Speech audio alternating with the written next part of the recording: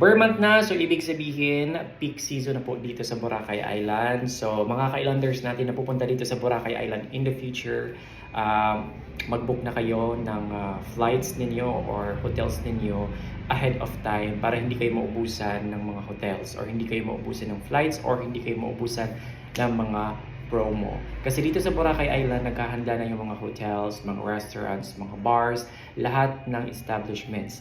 At of course, yung lahat ng ating mga water sports activities dito sa Boracay Island, naghahanda na rin. So, yung iba, nag-check na, nag-change na ng mga prices kasi peak season na. So, ibig sabihin, magmamahal lahat. So, if you guys are interested to go to Boracay Island, I am telling you right now to book your flights, hotels, water sports activities ahead of time for you to be able to avail the cheaper water sports